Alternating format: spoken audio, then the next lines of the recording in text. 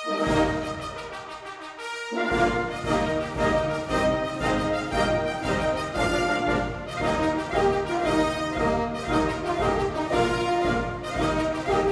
week in Limbourgeois.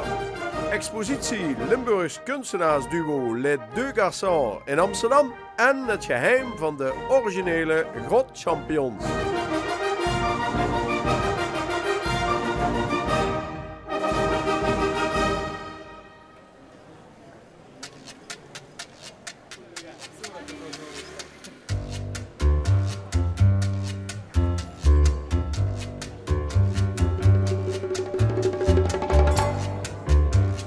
Twee Limburgse kunstenaars maken de laatste jaren behoorlijk wat furoren onder de naam Les Deux Garçons.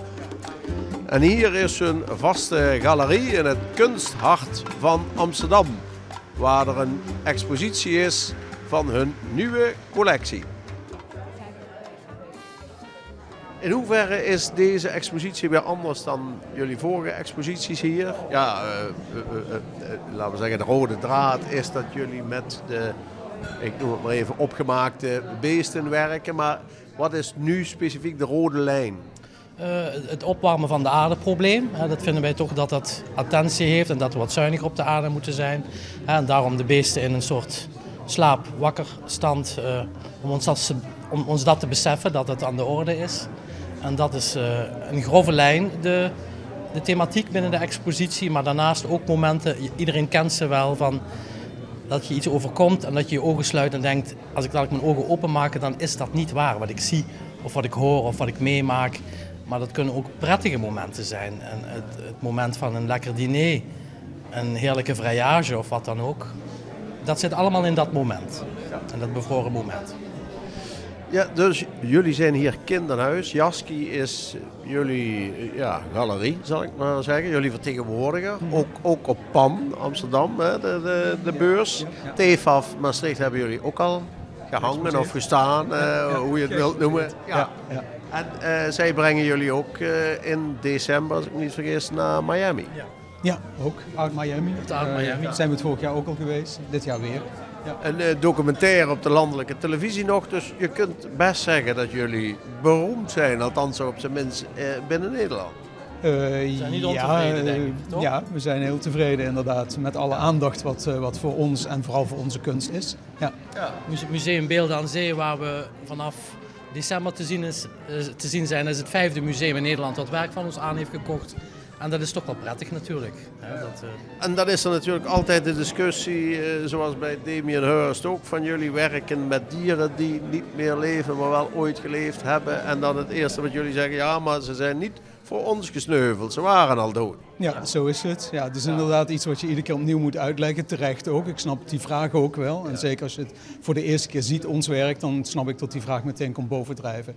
Ja, dat is zo. Wij geven deze prachtige materialen weer een tweede leven. Maar ze worden dus absoluut niet voor dit doel gedood. In tegenstelling, daar zitten CITES-papieren bij. Dat is allemaal heel legaal. En zo moet het ook zijn. Wij juichen dat ook toe. Bij de openingshandeling had u een heel enthousiast verhaal over deze twee kunstenaars. Hoe kunnen we hun werk nou betitelen vanuit de vakkundige kant waar u staat? Als kunsthistoricus wil je natuurlijk altijd weten waar komt iets vandaan. Is een werk baanbrekend of is een werk in een traditie? En Les Deux Garçons verbreken eigenlijk twee heel oude tradities. Namelijk één van animalier, de dierenbeeldhouwers, en de andere van de taxidermie. En dat steken zij in een eigen nieuw jasje.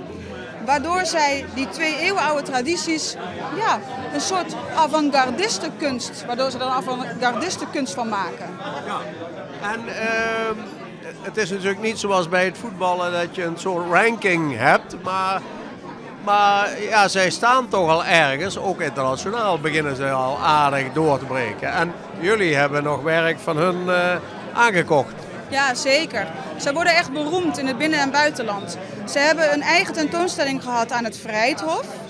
Hun werk is al in museale collecties, bijvoorbeeld in Beelden aan Zee, maar ook in grote privécollecties als de Nyarkos Foundation en die van Safia El Malki in Monaco Dus zeker zien heel veel mensen de waarde in van deze beelden. Ja. Dus misschien zouden we slim moeten zijn om het nu te kopen, want God weet wat het over 5 jaar kost. Ik denk dat de waarde alleen maar toeneemt. Ja, dat is het gebeuren met avant-gardiste kunstenaars. Hè. Zij maken iets nieuws van oude materialen of bekende dingen die wij al kennen. Zij maken zoiets nieuws dat in het begin mensen denken, wat vind ik hier nou van? Either you love it or you hate it. Maar dan enkele jaren later behoren opeens die kunstenaars tot de top. En denk je, zie, ik had het toch goed gezien.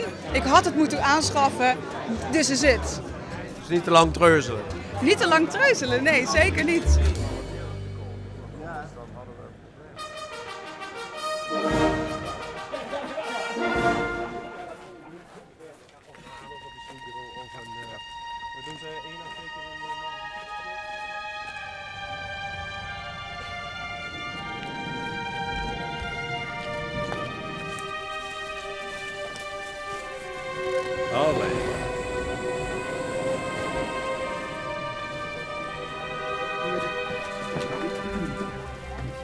De vereniging Maastricht Culinair organiseerde een bezoek aan de grotten van Bassange, vlak onder Maastricht, waar de oudste teler van grotchampignons in Europa, de 84-jarige Leo Vos, nog dagelijks deze paddenstoelen oogst, vooral voor zijn belangrijkste afnemer Château Nercan. Als ik hier die afpluk, binnen 14 dagen kan ik weer terug beginnen. De grootchampignon is natuurlijk historisch voor Château Nercan. We hebben een placematch gemaakt voor de lunch, waar een kaartgebruik is van de jaren 60. Waar nog 4 champignongerechten op stonden, die altijd aan tafel werden bereid. Dus wat dat betreft heeft Château Nercan natuurlijk wel een historische link met de grotchampignons. En ja, beter champignons uit de grotten dan vuur uit de grotten, sowieso. Nee. Dus je zou zeggen, we hebben nou gerookte champignons. Maar ja, het is natuurlijk wel een cultureel erfgoed is het in feite. Want het is eigenlijk de laatste der Mohikanen, noem ik het toch een beetje. Want niemand wil dat meer doen.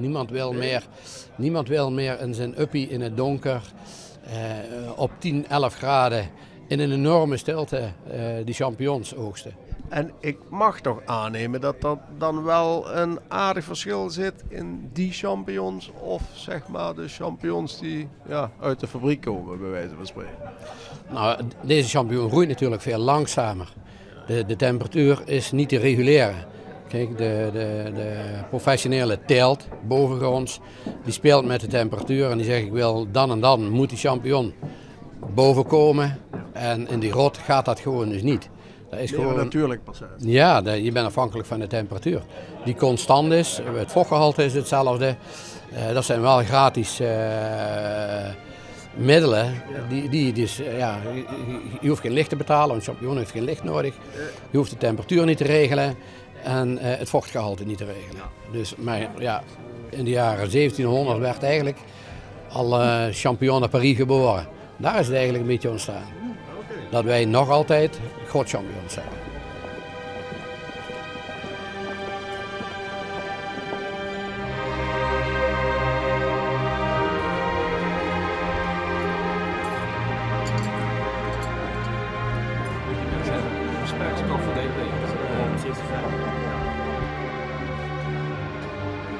De chefs van onder meer de restaurants Rentrée, Château Nercan en de Pastorij gingen daarna met de grotchampignons aan de slag voor een smakelijke lunch. Een heel menu met champignons, dat is misschien toch nog niet zo makkelijk. Hè? Wat had je zelf bedacht uiteindelijk? Dat klopt. Wij hadden eigenlijk een gerechtje op de kaart staan, dat was met makreel, met dashi voorheen, met gomasio. En toen de vraag kwam van doe iets met grotchampignons, dus waren we aan het denken van wat gaan we doen? Hebben we de kippenbouillon, wat normaal gesproken in de dashi, hebben we vervangen door de paddenstoelenbouillon. En daarnaast hebben we paddenstoelen chips, crumble. Maar niet dit gerecht had je normaal in de eigen zaak niet zo op de kaart staan. Niet helemaal. Ik denk dat het wel voor 80% zo was. En daar hebben we gewoon wat dingetjes aan toegevoegd en wat dingetjes veranderd. Dus dat was prima zo. Ja, en jij maakte dan het hoofdgerecht. Wat zat er nu precies allemaal in? Ja, champignons. Champignons, ja. Dit was een stukje lieverwang. Doen we aanbraden in de oven en doen we het stoven met grote champignons en een klein beetje jus de truffelsap. We maken een crème van grote champignons, wat aardappelmousseline en wat savoyekool à la crème en een beetje spek. En aan tafel nog wat verse truffel geschaafd. Klassiek, eenvoudig, maar wel gewoon erg lekker. Ja, en echt van die oerproducten, grote champignons, truffels, kan slecht. Ja, daarom. Maar dat denk je natuurlijk al snel aan met grote champignons. We hebben best wel wat spannende amuses gehad en een spannende entree, maar ja. Als je dan richting het hoofdgerecht gaat, dan ga je toch snel denken aan truffel inderdaad en een wat zwaardere saus. Ja. Klassiek, weet je. Klassiek, precies. Ja. Maar wel lekker. Maar wel lekker, ja. Een mooie dinsdag, hè? Ja. Zo kun je de dag wel... Ja, hè?